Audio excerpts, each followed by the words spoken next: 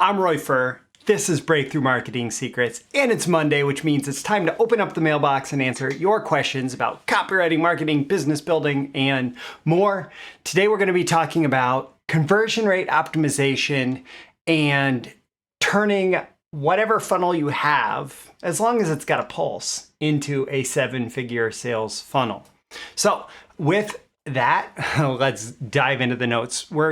As always, on Mailbox Monday, we start off with the question, how to uncover conversion rate optimization opportunity. So the question that came in was, would love to understand all the nuances and details of going through a marketing funnel and help my clients increase their conversions. So this person wants to know, how do you look at a marketing funnel and break it down and find opportunities to get more leads, customer sales, and profits from the funnel. If you have a question like this you'd like to have answered in an upcoming Mailbox Monday episode, check the link in the description to ask Roy your question. Let's get to the answer. Okay. Stepping back for a minute, the secret to seven-figure sales and marketing funnels is that they usually don't launch that way. So something becomes a seven-figure sales funnel, seven-figure marketing funnel. It usually didn't launch just like screaming out of the gates. Usually what happened is it launched and it got tested and different aspects of it seemed to perform well. Other aspects of it didn't perform as well, but it got tested and there was iterations. And then eventually it got to a point where it was making the kind of economics where the amount of money coming out was strong enough, advantageous enough relative to the amount of money going in, that the marketer was really able to lean into scaling. And so this is especially true for cold traffic when you're paying for traffic. Something isn't necessarily going to become a seven-figure sales funnel until you've proven it, until you've made sure it works. And for this next little bit, I'm thinking of the Fatboy Slim song. Eat, sleep, rave, repeat. Eat, sleep, rave, repeat, right? This is launch, test, tweak, repeat. Launch, test, tweak, repeat. And then scale. So if you want to build a seven-figure sales funnel, a seven-figure marketing funnel, right? It is about launching it. Number one, you got to get it out the door before you're going to generate any revenue. Testing, because essentially what you're doing, almost no matter what, as soon as you're putting it out the door, you're testing. It's even better if maybe you're testing a couple variations out of the gate, but then you're going to tweak it because things, as you look at the stats, things are not going to be working as well as you'd like them to at some point in the funnel. And then you're going to test it again and tweak it again and test it and tweak it and test it and tweak it until it's giving you the kinds of numbers that really allow you to lean in, to just put the pedal to the metal in terms of investing in any kind of cold traffic or promoting it through partnerships or affiliates and all that stuff. That's when you start to be able to scale. So if you launch a funnel out of the gate and it's not profitable, that's not necessarily a problem. Now, if it doesn't have a pulse at all, right? If you send 1,000 people to a sales page and you're not able to get any conversions, well, okay, that's a different story. But if you send 1,000 people to a sales page and it costs you $1,000 and you make like $500 in sales, that might seem like a big failure, right? But if you made $500 in sales, that means there is some kind of pulse. And if you were to find one thing that could perform 25% better and another thing that could perform 25% better, you've already increased the results by over 50% because they're going to compound on each other. And another thing that's going to perform 25% better, another thing that's going to perform 25% better. And these are fairly small increases for just an unoptimized, just raw funnel. Well, when you find 4 or 5 things, suddenly you turn this funnel from making 50% ROI on paid traffic to being more than profitable. And yeah, I'm just throwing out numbers that are inexact and aren't representative of a specific funnel. But they do illustrate the principle that if you find a few opportunities to increase and optimize the conversion rate, something that may start out looking like it's not that exciting could turn into something that is significantly scalable. So two big rules. So I love to start with principles, strategies, like the big rules, big thinking, before we get into the nitty gritty, before we get into the tiny details. Two big rules for testing sales funnels is to, number one, start at the top, right? Number one is to say, okay, who is seeing, or which element of this funnel is getting the most impressions? Which element of this funnel is being seen most often? And typically that's not even on your site, not even in the funnel. It's typically in the paid ads themselves.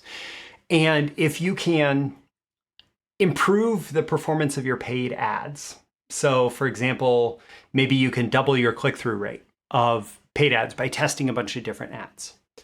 Well, suddenly you have twice as many people coming through to your next step in the funnel, right? And then if you test that, then you can maybe get twice as many people going from that step to the next. And you always want to start where there's the highest traffic, because that's where it's easiest to get statistically significant data first. Let's flip this around and say, okay, we have like this three offer funnel, right? We have a very front end offer, we have an upsell, and we have like an espresso machine offer, some like super high ticket. And could it be valuable to test that third offer? Yes, but when you're dealing with any kind of marketing testing, you always want statistical significance before you make a final decision about what the winner was. And so if you are testing the third step in the funnel, but you're not able to drive a ton of traffic into the funnel, well, how many people actually saw that third offer? How many people converted? How many people didn't convert? How many people converted on test panel A? How many people converted on test panel B? And you're going to struggle to get any kind of statistically valid result from a test that's deep in the funnel. So you want to start at the top, where we have the most traffic, the most impressions, and we want to figure out what's going to get the most people to the next step. And then from there, the most people to the next step after that, and the next step after that, because you want to take advantage of the fact that it becomes much easier to get statistical significance when you have a big number of people. And by the way, if your tool does not have this built in, looking up split test statistical significance calculator, or even split test calculator, will tell you, is something at least 95% likely to continue to perform in this way, which is what you're generally looking for as a minimum. Okay, so rule number one was start at the top. Rule number two is the conversion event. So you want to pay attention to the conversion event, and you want to step back and you want to think, okay, what is the actual conversion event at this step? So I use the ads as an example, driving traffic into the funnel. Well, there's actually a couple potential conversion events at that step. One conversion event could be an actual view or engagement with the ad. And so different types of leads and different ads. So for example, in a YouTube ad, the view actually happens once the viewer has watched a certain amount. In a Facebook ad, the engagement might actually be clicking on the see more link, right? So that's one conversion event there. And if you can increase performance there, then presumably you're going to increase performance down the line. Not always, but as a general rule, yes. If you can, the second conversion event on that ad is clicking through to whatever your initial landing page is, right? And so you want to identify all of these conversion events. What are all the actions that somebody takes as they go through your funnel? There's going to be, initially seeing an ad, having the impression of the ad, but then there's going to be some type of engagement with the ad, and then there's going to be clicking on the ad, and then there's going to be, once that landing page loads, assuming that it loads well, there's going to be maybe the conversion is entering their email address and submitting their email address. Maybe the conversion is clicking on the add cart button. Maybe whatever the conversion event is, you want to break it down and identify in your funnel, there's not just one big conversion, which is the sale that happens at the end. There's a bunch of micro conversions that happen. And so you want to be able to isolate and identify what those different conversions are and be able to see what the data is for those conversions. Because when you're testing, what you're looking to do is you're looking to increase the conversions at every single step, as long as it's relevant, right? When you're dealing with a really big funnel, there's going to be a lot of relevance at all the steps. If you're dealing with a funnel that doesn't get a ton of traffic, there may be just a few conversion events that you're really going to optimize for. So how do you pick the best spots in your funnel to test and to tweak? Well, I was very fortunate. My very first freelance copywriting client was David Bullock, who brought Taguchi testing to the internet marketing crowd. And Taguchi is an advanced statistical methodology for testing essentially thousands of different test panels in maybe a dozen or 16 different tests. And it came out of manufacturing, specifically on like a Toyota, right? A Toyota car being manufactured. They could say, okay, well, we could have this windshield or this windshield. We could have this fuel injection system or this fuel injection system. We could have these locks or these locks, right? We could have all sorts of different choices that could be made about the different components that could go in. And Junichi Taguchi, who was this manufacturing expert and statistician, came up with this statistical model that allowed them to build like 16 versions of the car, and then from those 16 versions extrapolate what the best of like 4,000 or 9,000, or depending on the model used, however many variations there could have been in total, right?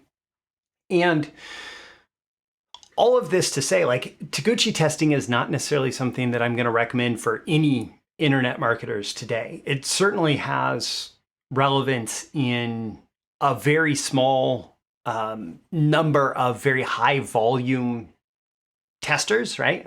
For this small group of people, it may be relevant. But the big lesson that you learn from Taguchi testing as applied to marketing is you develop this X-ray vision for what different marketing contains.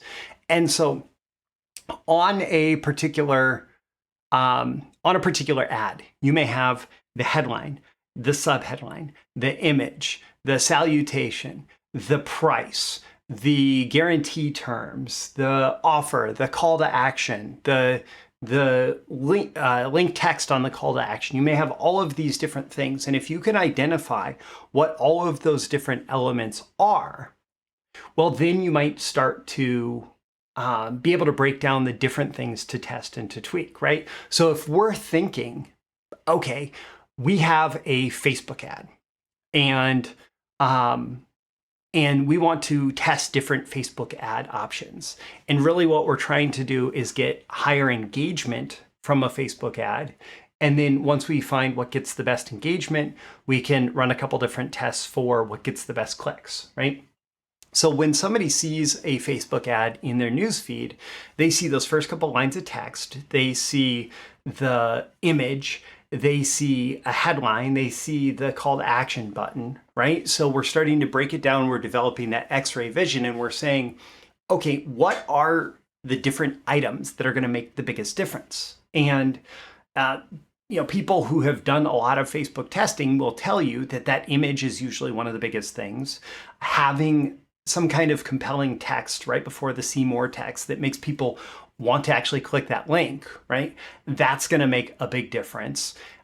Certain aspects of the headline on the ad, which is actually below the image, those can make a difference, right? But the biggest things are going to be the image and then the initial text, right? The first couple lines of text that you see before the ad is expanded. And then after that, the body copy of that ad is going to make a difference, right? But the key here is to identify, okay, if our conversion event is getting someone to click that see more and engage with the ad, well, there's going to be a limited number of things that are going to make a big difference there. If our goal is to get them, once they have clicked see more, to click through to the funnel, there's going to be a limited number of things that make a big difference there, right? So you're looking for the limited number of things that make a big difference. And there's a reference to little hinges swing big doors. And so oftentimes it is fairly small items that make the biggest difference when you're testing different different approaches to a single piece of marketing. So a brand new headline that comes at it from a different angle, contains a different idea, a different approach to the idea, that's worded completely differently. So it's not like how to versus how I with the same benefit, right? It's two completely different approaches to headline writing, two completely different headline frameworks that you might use. And one of those is going to outperform the other. But it's one of those little hinges because it's one of the first things that you see. The image is a little hinge that swings big doors because it's one of the most obvious things that our eyes are drawn to. The call to action, the price of a product. These are the little hinges that tend to swing the big doors. And when you're testing these things, you want to test big differences. So you don't test necessarily two different pictures of the same person in the same outfit to see what's going to convert more. You want like a man and a woman, or a family versus a businessman, or you want big differences, right? That's an example of the visual. I was talking about having two completely different approaches to the headline, testing $27 price versus $97 price, right? Those are big differences, right? And sometimes it's going to be intuitive which one is going to outperform. Sometimes it's going to be counterintuitive, right? But either way, it's about finding those things that are either, number one, obvious in the first couple seconds when you load a page, right? Or number two, essential to making that conversion decision. So like price is an example. Price in most direct response pages is not essential to make, it's not visible in the first few seconds after you load the page, but it is essential to making the conversion decision. And so if somebody's going to decide if they want something, they're going to want to know the price first.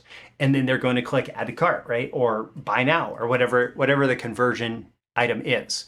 And so something that's visible in the first couple seconds, or something that is essential to making that conversion decision, either one, those are going to be good things to test. Now, if you want more resources and more thinking along these lines, I have two separate trainings. I actually probably have more relevant training inside my BTMSinsiders members library, but these are the first two I thought of. Number one is finding gold in your funnel stats, where I actually walk through the kind of breakdown that you can do of a complete funnel and identifying all the conversion events and all the tracking that you want to do, and show how I go through this exact same thinking process. And number two is the scientific path to increasing profits, which is more about the test design and the thinking required to actually get in there and start doing conversion rate optimization. So my call to action for you at the end of this episode is, number one, if you're here, ask yourself how you can use what you've just heard. Number two, make sure you like and subscribe so you get more content like this delivered to you. Number three, check the links in the description. It's finding gold in your funnel stats, the scientific path to increasing profits. Both of those are inside the BTMSinsiders streaming library of copywriting and marketing courses. And if you have a question that you'd like to have me answer in an upcoming Mailbox Monday episode, that link is in the description as well. I'm Roy Furr. This is Breakthrough Marketing Secrets, and I'll catch you again in the next episode. See you soon. Bye. Thank you once again for tuning in to this daily episode of Breakthrough Marketing Secrets. Remember, check out the links with this episode for even more value. Now make sure you like, comment, share, subscribe, and engage in every way you can to keep this show going and growing and delivering daily value to you. I'll catch you soon for your next big breakthrough.